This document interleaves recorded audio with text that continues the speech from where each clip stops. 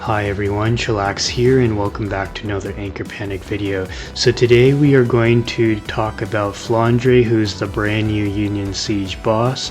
The structure of this video will be as follows. First we're going to go over her kit as well as how to team build against her, and then we'll go one by one with the 3 different teams that I end up sending against her. One is going to be a mono quantum team, another mono lightning, and then the third one I haven't decided yet whether I'll go mono ice or like an ice quantum hybrid.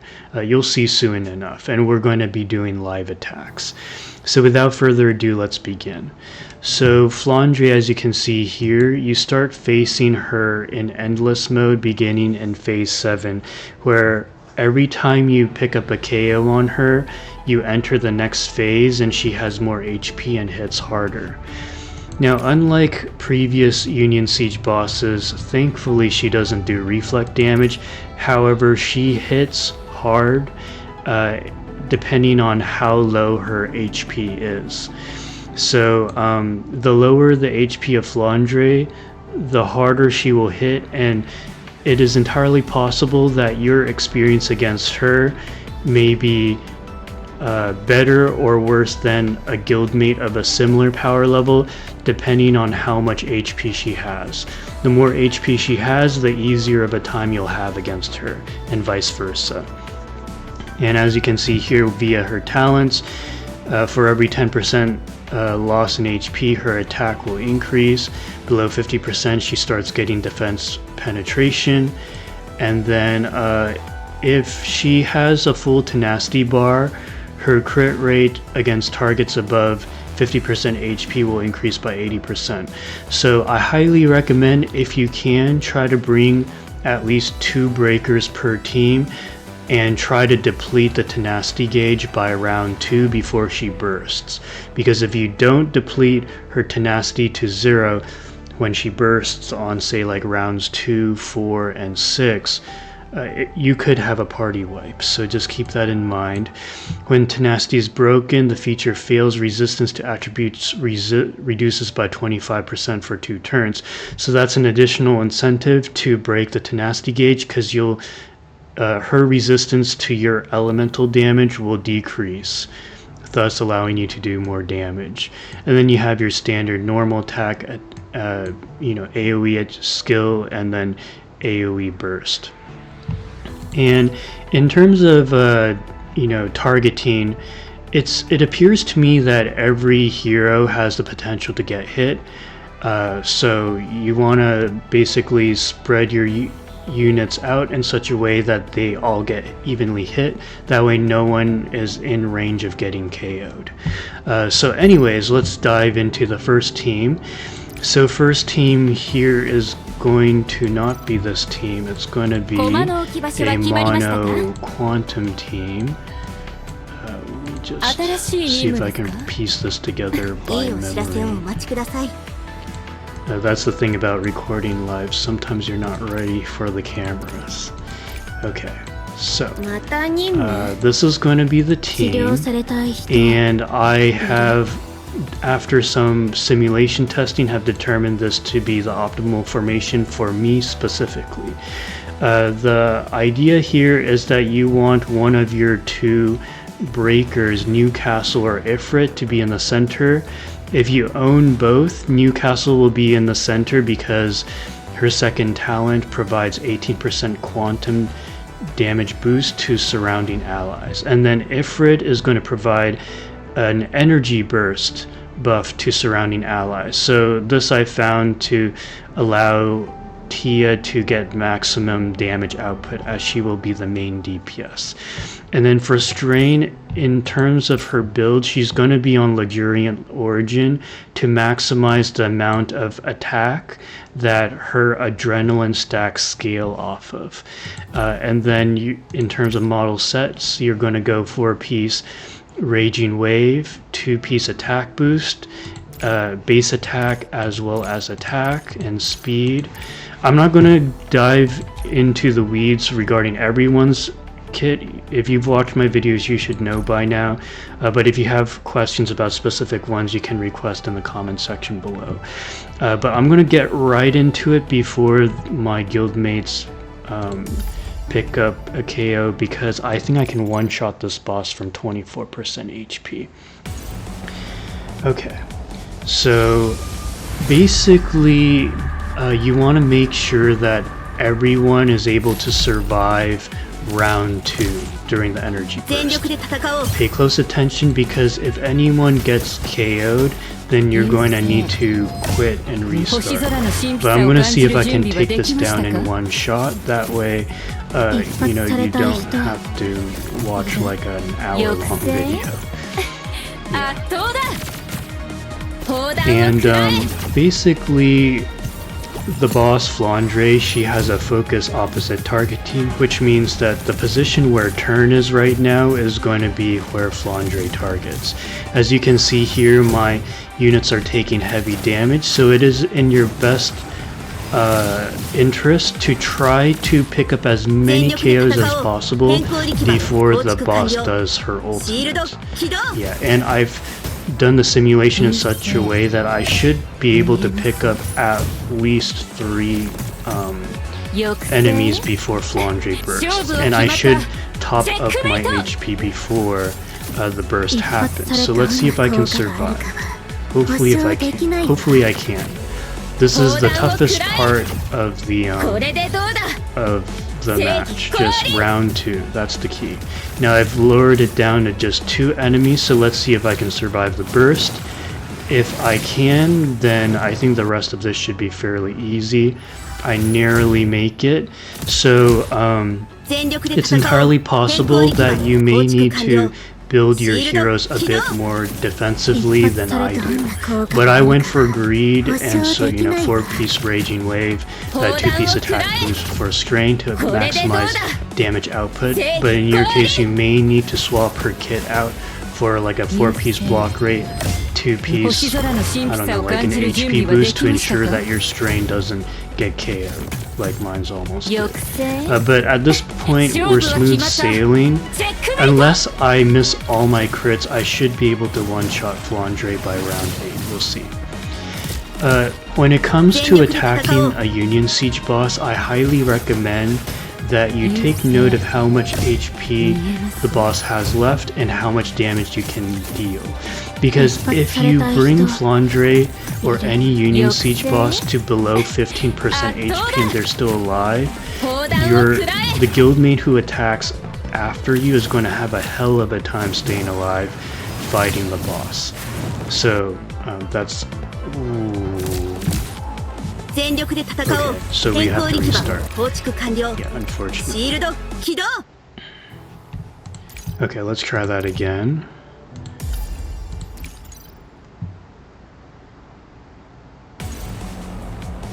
So that's what you'll have to do if you don't get it right the first time. You could either skip and make your life easy, move on with your life, or you can try to maximize the score for your guild. But let's see. Now, I need to check with Kwa Sensei, but I think the enemies can also crit. So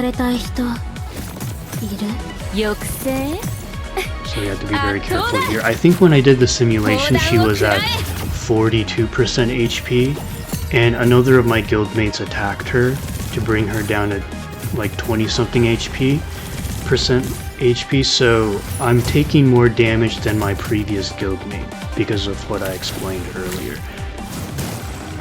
So I could be in a world of pain, and wow, round 1, and yeah, Streyne almost died again. But I've calculated such that I should be able to pick up 3 KOs once again. Let's see. 一発されどんな効果があるかは保証できないわ。砲弾を食らえ。これでどうだ。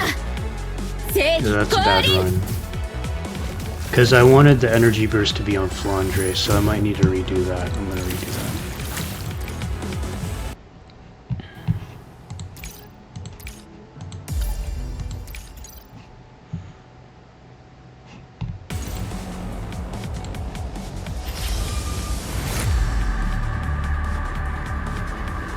I'm gonna conserve a little bit of my energy for the next 2 lineups. Let me know in the comment section below, guys. Do you just want me to explain the teams, or do you want me to show replays?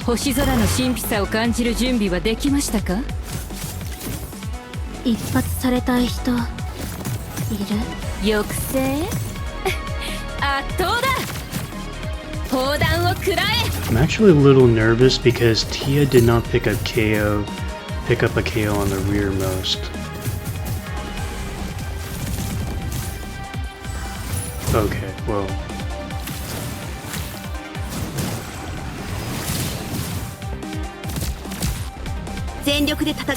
If this video ends up too long, I might not release it. And you guys will be on your own. We'll see.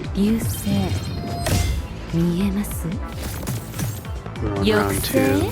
The important thing is that Ifrit takes down the enemy on that side. Yeah, we have to pick up a KO before the burst. Yep. And we have to survive.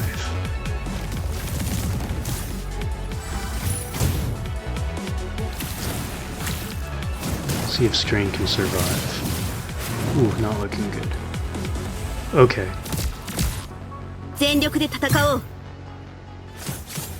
Okay, and we should burst again on round 3, yeah, because she dipped below. Okay, so now we just need to pick up the final ad kill, and then I think we should be smooth sailing. I'm not really sure how we died last time. Okay, thank God. Dark Void. Okay, let's see. Oh, yeah, we gotta bring the tenacity gauge down.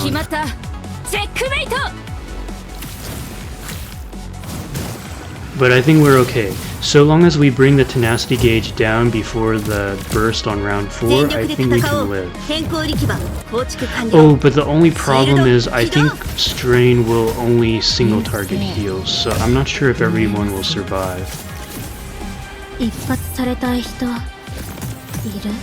Which is really scary, but... Oh, okay. See if Tern can survive.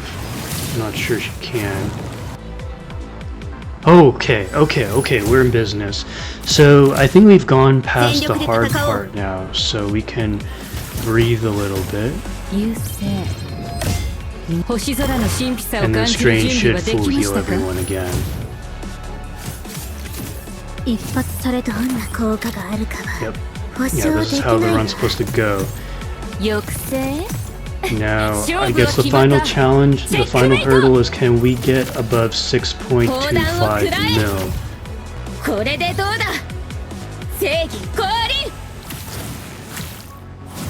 If we fall short, I might need to do simulations for the last 2 teams. But I think we can do it.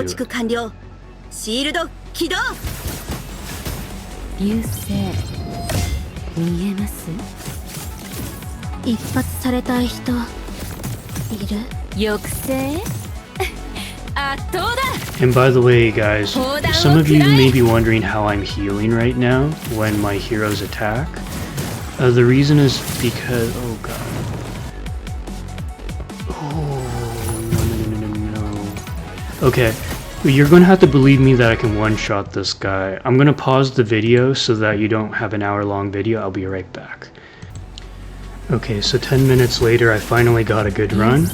So hopefully we will be okay. I just need to cross the 6.2 mil mark, and then I think we should be okay. And if my heroes get KO'd, well, yeah, oh god.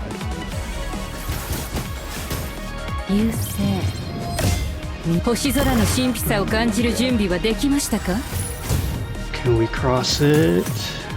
6.2 mil, baby.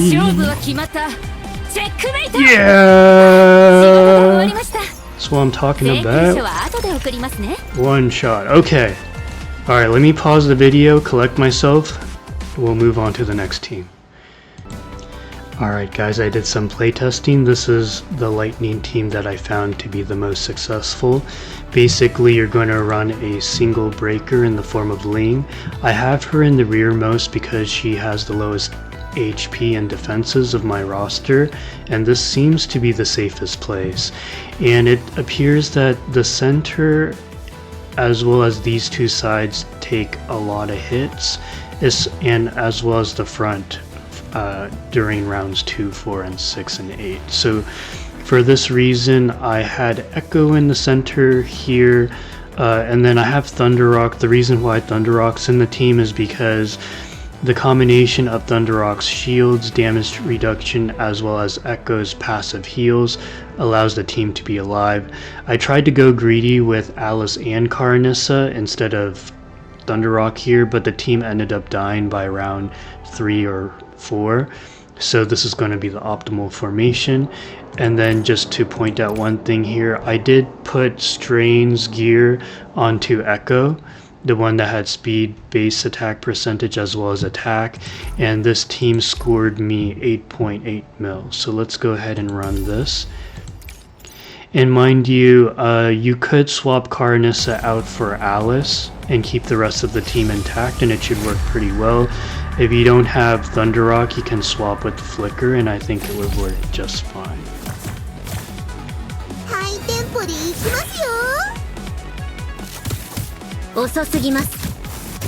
So the nice thing about Karanissa against Flandre in particular is that she's able to pick up 1 KO here and really soften up the middle hero. That way, if my Abyss Alicia bursts, I should be able to pick up a ton of KOs.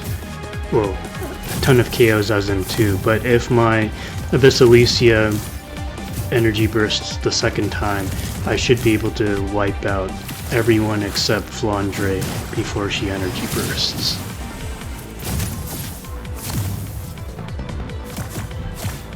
And having my Echo on base attack percent attack for the model sets allows her to heal a lot with the passive heals. As you can see, Karanissa almost full healed just by movement. So this is the nice thing about having Echo with a lot of attack.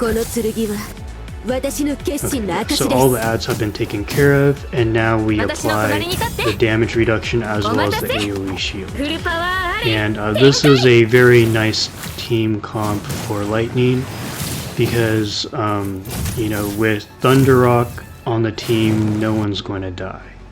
Hopefully.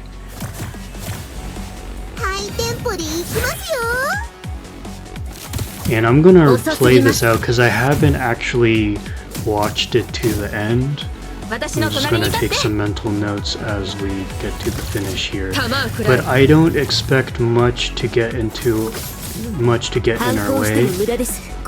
Now, I think the only downside to this team is that we're only running 1 breaker. Typically I would prefer to run 2.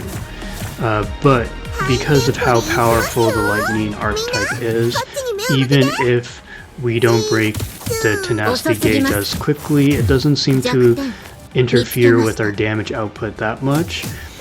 Plus, Abyss Alicia has a ton of defense penetration, which I think will help bypass a lot of the tanky defenses that Flandre has with the tenacity gauge. As you can see here, we're on round 4. I don't think we've even brought this down to 0 yet. But we're doing very well. I think we're on track for 8.8 mil. We'll see. Yeah, but as you can see with Thunderock and Echo combined, no one's in danger of being knocked out.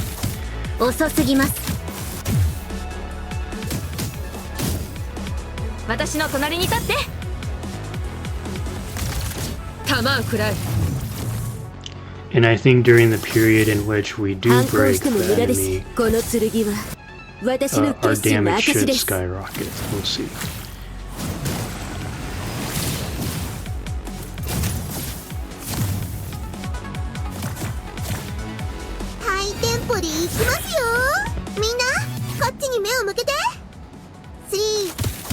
遅すぎます。弱点見つけました。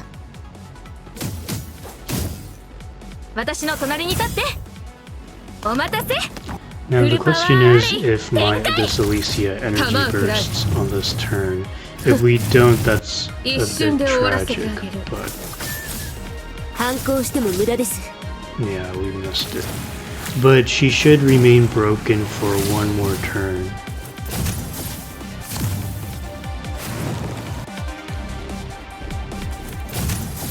If I feel that I can't make 8.8 mil, I'll probably pause the recording again and redo the run to get the more optimal score before we move on to the third team.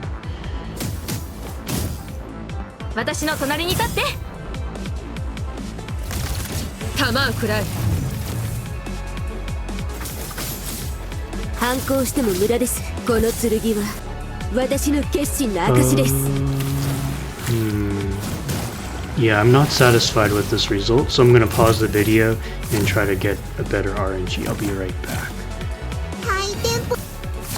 Okay, I'm back.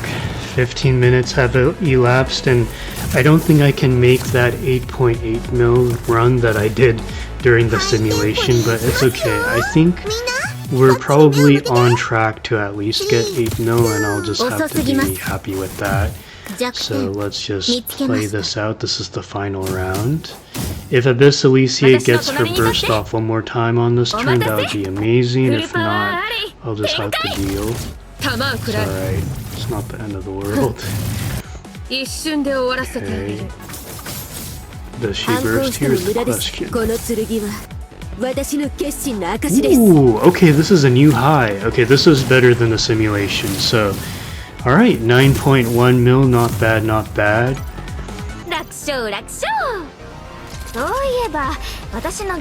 Okay, I'll be right back with the third team. Okay guys, so after a ton of playtesting, this is going to be the final team. Now, I tried swapping Lang Jiao for core in order to get more ice resistance down, but for some reason it didn't improve the score. As a matter of fact, it was about the same, averaging about 5.2 mil damage total by the team. So anyways, I'm going to go with this lineup. Basically the way it works is that you're running a double breaker in the form of Abyssal as well as Rose. The reason I lined them up in this position is because Rose is focused opposite to target Flandre, and then both of these units, Eucaly as well as Abyssal, they focus front. So all three of these units are going to focus the enemy in the middle front, and then you have your healer to keep everyone alive, and then you have your Lang Jiao to also apply a little bit of ice resistance and freeze the enemies. So let's go ahead and get started here. Yeah, and I would say 5.2 mil is fairly respectable. Previously, before Frost Jade's release, my third team was scoring significantly less than the other two, but I think this is fairly respectable. Yeah, and with this team, breaking the enemy's tenacity gauge is a lot faster, because when you land a freeze on Flandre, you also take down half the tenacity gauge.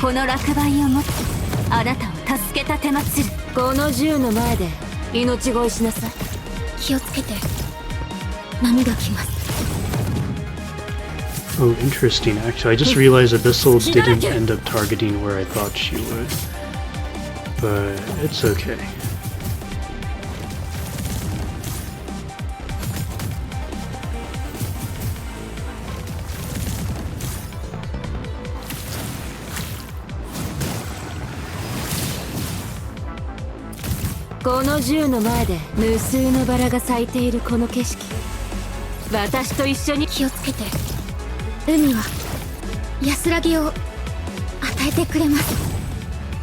Okay, yeah, and the goal is by the end of round 2, before the energy burst, we're able to pick up the KOs on both of the ads. We'll see if we can accomplish this. And by round 2, the tenacity gauge is already gone for Flandre, and the ads are gone. So that's really good. And we landed the freeze as well. And then from here on out, it's fairly straightforward. I'll go ahead and let it play out, but we should have stabilized by now.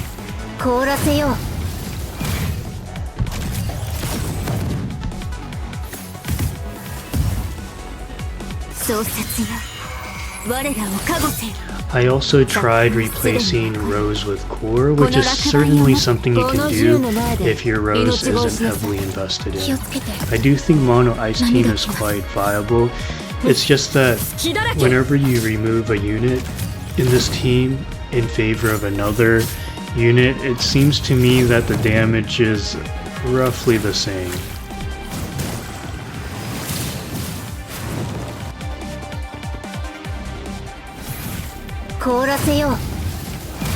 Okay, we land the freeze here, that's huge.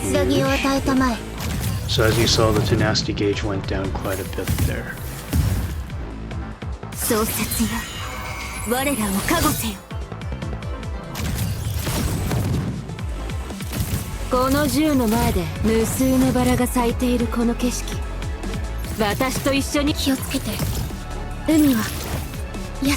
And then by the time Eucaly moves, the tenacity gauge is completely depleted, so we're getting the full damage here.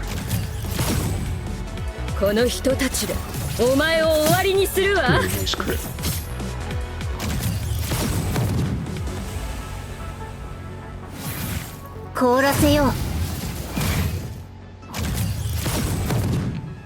And the timing of everything is perfect, because by the time Flandre gets her shield up again, my Ling threatens that tenacity gauge.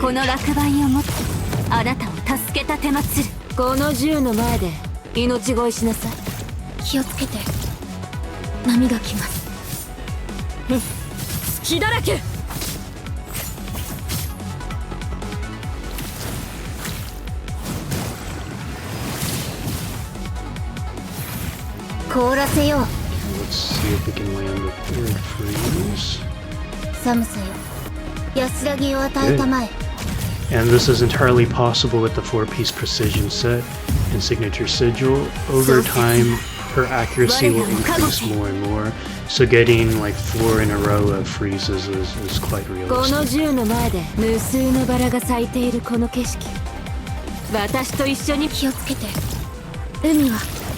And we got the ice resistance down, very good. This is almost a perfect run.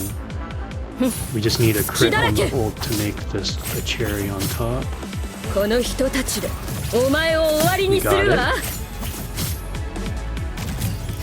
Okay, this is actually better than my practices, I want to say.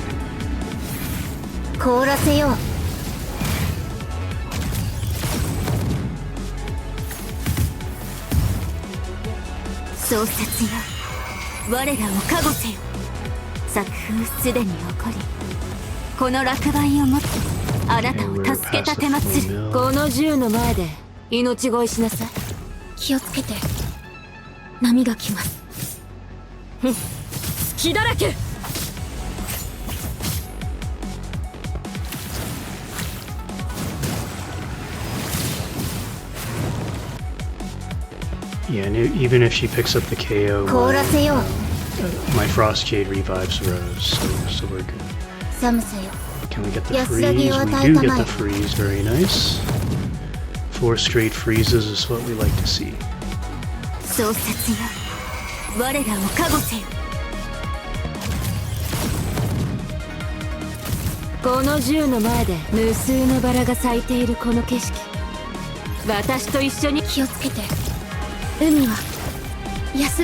Ooh, we got the ice resistance down even better. Let's see if we can get the crit with the ult. We got it. Okay, so this is a new record for me. So 5.45 mil. Yeah, 5.48 mil. I'm pretty satisfied with that. Okay, so that pretty much wraps it up for this video. Thank you guys so much for watching. If you haven't already, please don't forget to drop a like, comment, and subscribe, and I will catch you in the next video. Take care, guys.